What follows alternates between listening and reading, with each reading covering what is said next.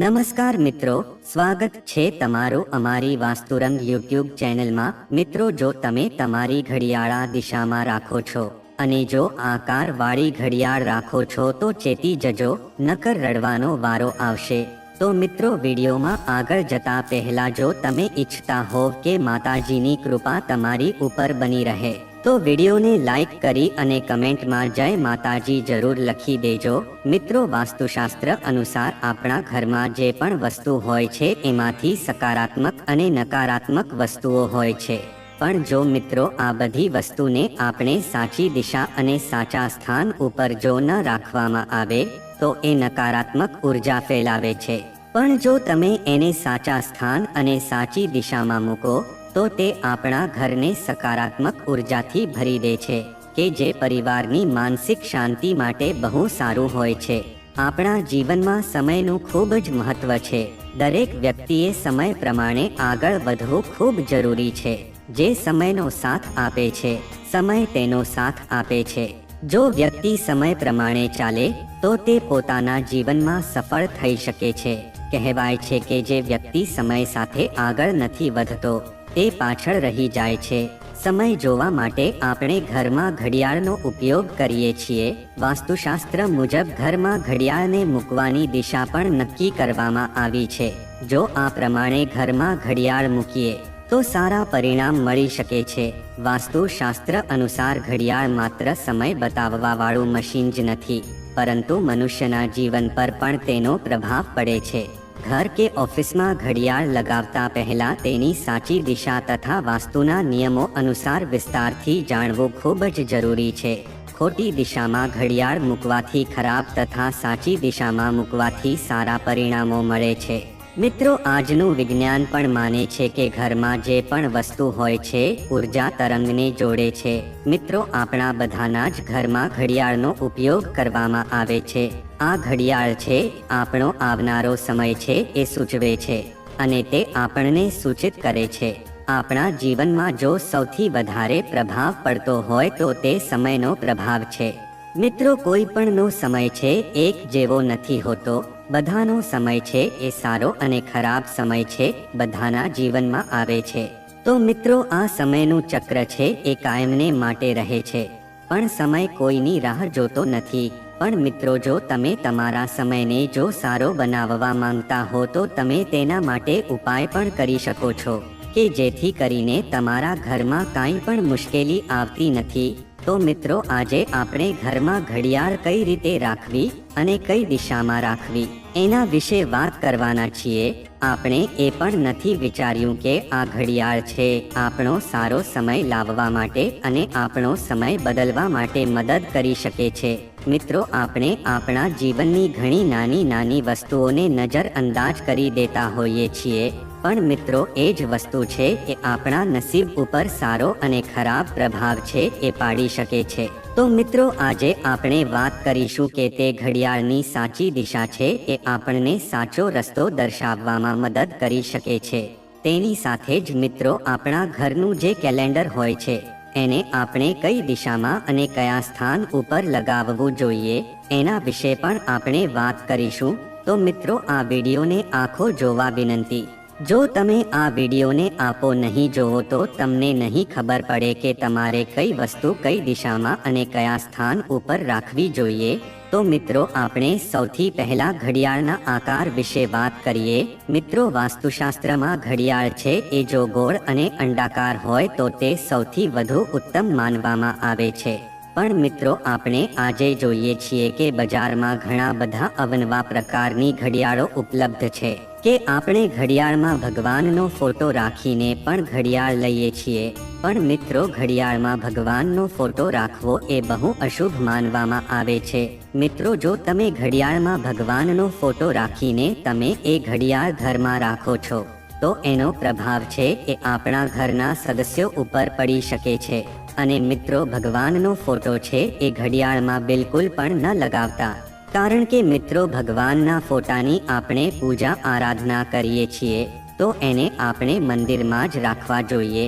પણ આ ઘડિયાળ છે એમાં તો ક્યારેક ધૂળ પણ ચડી જાય છે કે જેથી ભગવાનનું અપમાન થાય છે। અને આપણી ઘડિયાળ છે એ ઘણા સમય સુધી એમ જ ધૂળ ખાતી રહે છે. આનાથી ભગવાનનું અપમાન થાય છે અને આપણને બહુ મોટું પાપ લાગે છે. અને મિત્રો, જો બની શકે તો ઘડિયાળનો આકાર છે એ ગોળ અને અંડાકાર જ આકાર પસંદ કરવો જોઈએ. ઘડિયાળનો ગોળ આકાર છે આપણી પૃથ્વીના આકારને દર્શાવે છે. જો મિત્રો ચોરસ ઘડિયાળ હોય છે એમાં ખૂણા હોય છે, એટલે કે મિત્રો વાસ્તુ અનુસાર કોઈ પણ ખૂણાવાળી વસ્તુ છે એ નકારાત્મક ઉર્જાને પ્રેરે છે. તેથી મિત્રો ગોળ જ ઘડિયાળ છે એ ખરીદવી જોઈએ. તેની સાથે જ ઘડિયાળને રોજ સાફ કરીને તેની જગ્યાએ મૂકવી જોઈએ.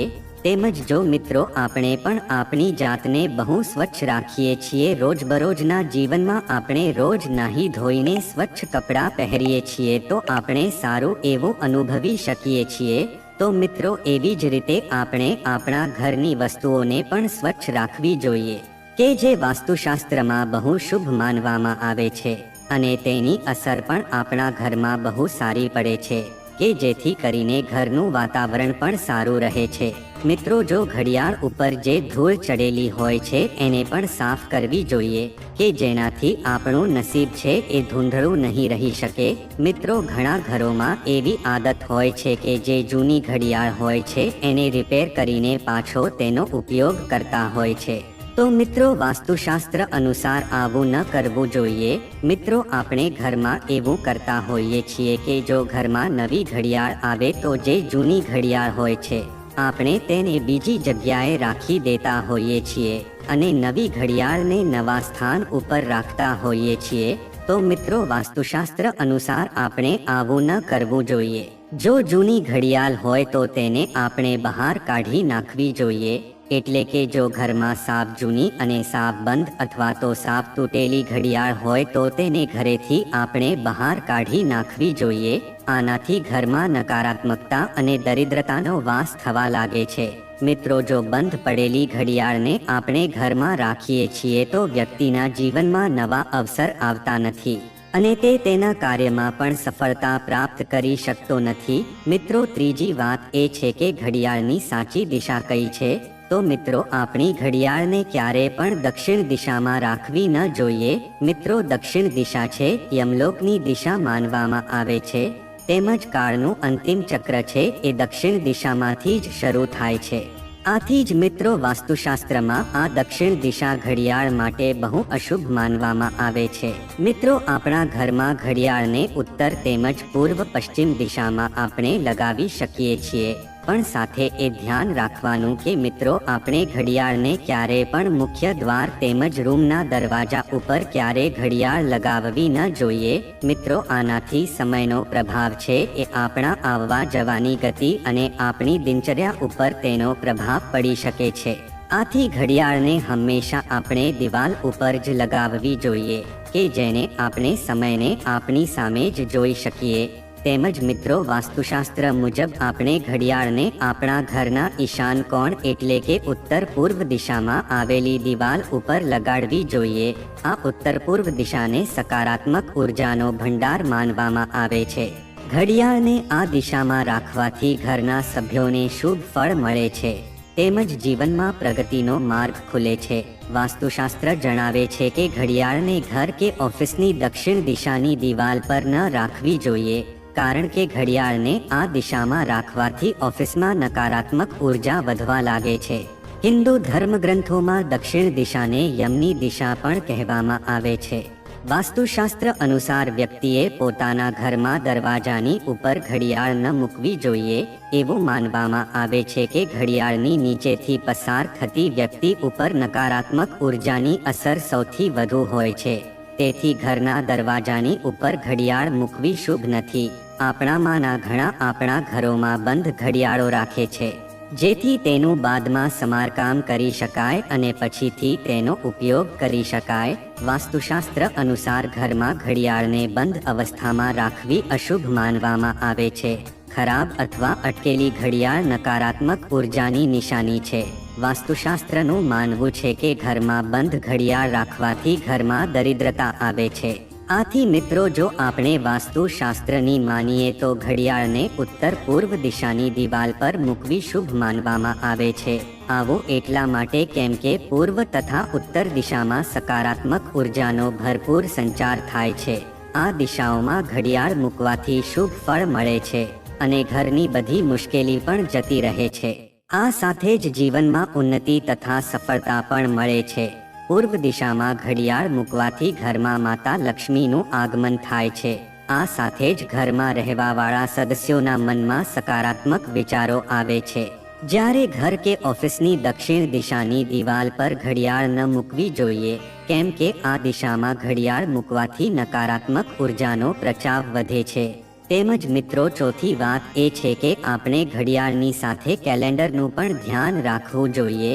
એટલે કે મિત્રો, તારીખ્યું આપણું હોય છે એને પણ આપણે સાચી દિશામાં રાખવું જોઈએ.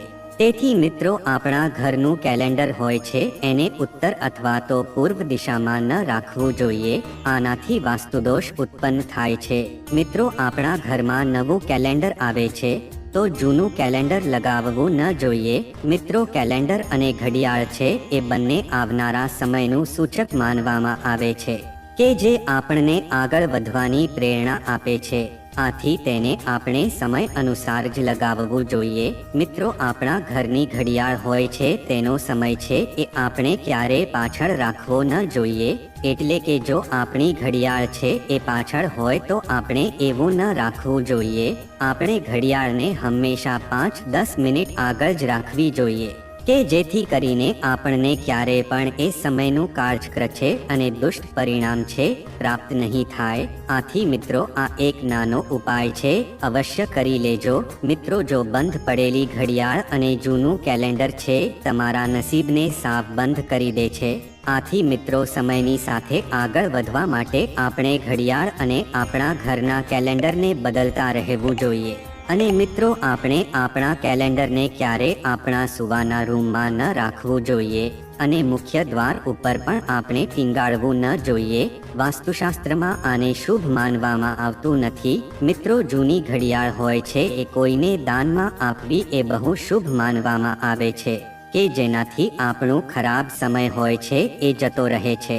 તો જો મિત્રો, આપણા ઘરમાં કોઈ જૂની ઘડિયાળ હોય છે તો આપણે કોઈ વ્યક્તિ એવા હોય કે જેને જરૂરિયાત હોય તો આપણે તેને આપી દેવી જોઈએ. તો મિત્રો, આપણે એ પણ જાણીએ આપણે કેવા રંગની ઘડિયાળ વાપરવી જોઈએ. તો મિત્રો, પહેલા તમને જણાવી દઈએ કે ઘરના દરવાજા પર ઘડિયાળ ન લગાવવી જોઈએ. અને જો ઘરના કોઈ દરવાજા પર ઘડિયાળ લાગેલ છે તો તરત જ ઉતારી દો.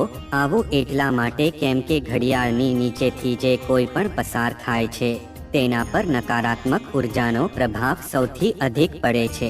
આ ઉપરાંત જો ઘરમાં કોઈ ઘડિયાળ બંધ છે અથવા ખરાબ છે તો તેને પણ હટાવી દો. અસલમાં ખરાબ કે બંધ ઘડિયાળના કાંટાઓ નકારાત્મક ઉર્જાનો સંકેત છે. ઘરમાં બંધ ઘડિયાળોને રાખવાથી દરિદ્રતા વધે છે. સાથે જ મનુષ્યનું જીવન બંધ થવાની સ્થિતિમાં ચાલ્યું જાય છે.